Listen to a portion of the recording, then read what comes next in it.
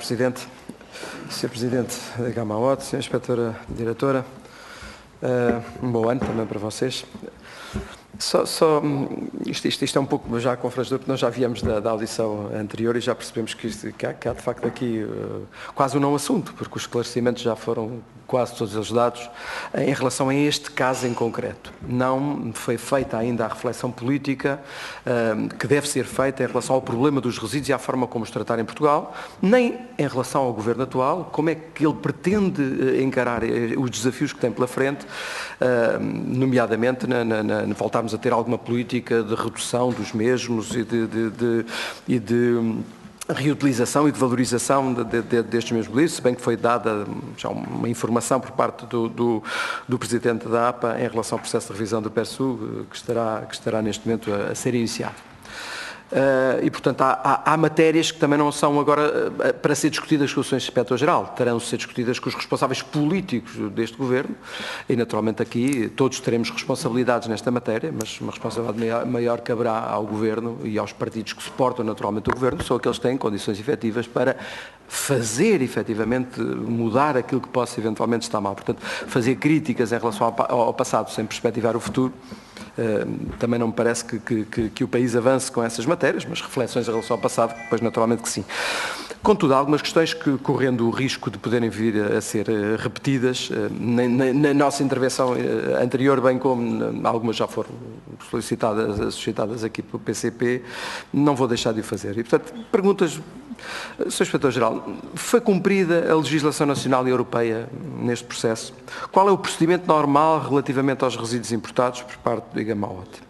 Foi adotado neste caso? É adotado em todos os casos? Houve algum tratamento excepcional neste caso, a não ser aquele que referiu, depois de todo o alarido social e dos alarmes sociais, pois eu imagino que o Sr. Inspetor-Geral, a APA, o Sr. Ministro, seriam trucidados publicamente se não houvesse um esclarecimento cabal em relação a esta matéria. Não é? Depois de todo o alarmismo, teria mesmo de ser procedidas a mais análises e de ser feito tudo aquilo que fez, que foi o tratamento excepcional no caso. Eu aí percebo, no lugar do Sr. Ministro, faria naturalmente a mesma coisa, porque ela era trucidado se não fosse esse, digamos assim, o procedimento a ser adotado. Portanto, há algumas questões que tinha para colocar, quantas análises foram feitas, já foi na sua intervenção esclarecido.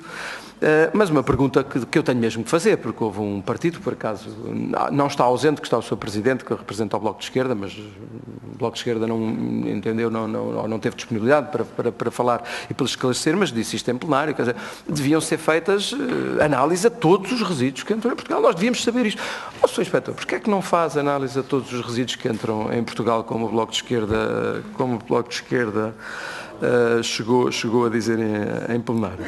Já agora saber, isto também é importante para que não restem dúvidas em relação a esta matéria, que é quais são os laboratórios que o Estado usa quando são feitos estes controlos, nomeadamente estes controlos físicos.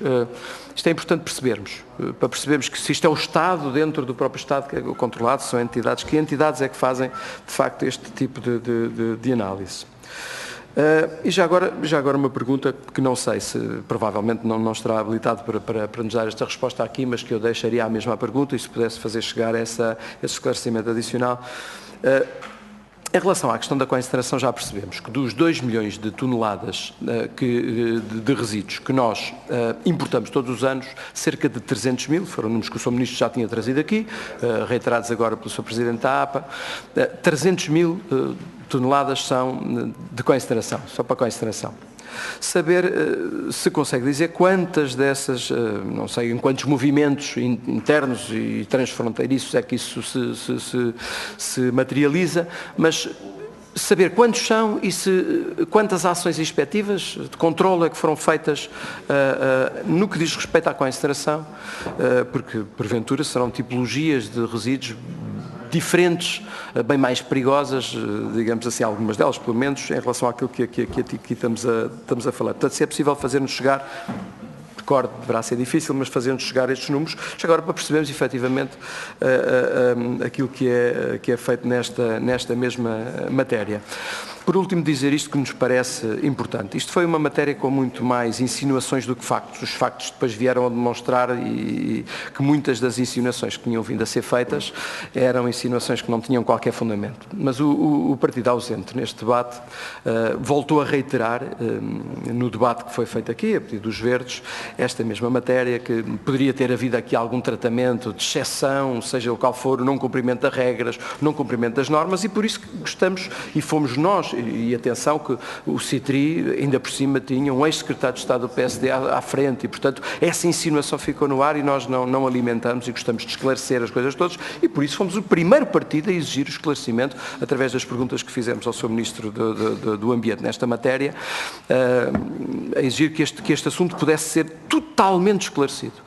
Porque não pode haver dúvidas, seja quem for, seja qual for a entidade, seja qual for o processo em relação a estas mesmas matérias, e aí sim, é verdade que, e aí acho que é uma das matérias que, porventura das poucas, mas que eu dou razão à Sra. Deputada Luísa Apolónia, eu acho que a obrigação das entidades é esclarecer, e quanto mais cedo tivessem esclarecido, melhor, e acho que o Sr. Ministro, o silêncio do Sr. Ministro não ajudou a esta matéria. Concordo. Sim, terminou, Sr. Deputado. De imediato, Sr. Presidente. É verdade que o Sr. Ministro depois não fugiu ao debate.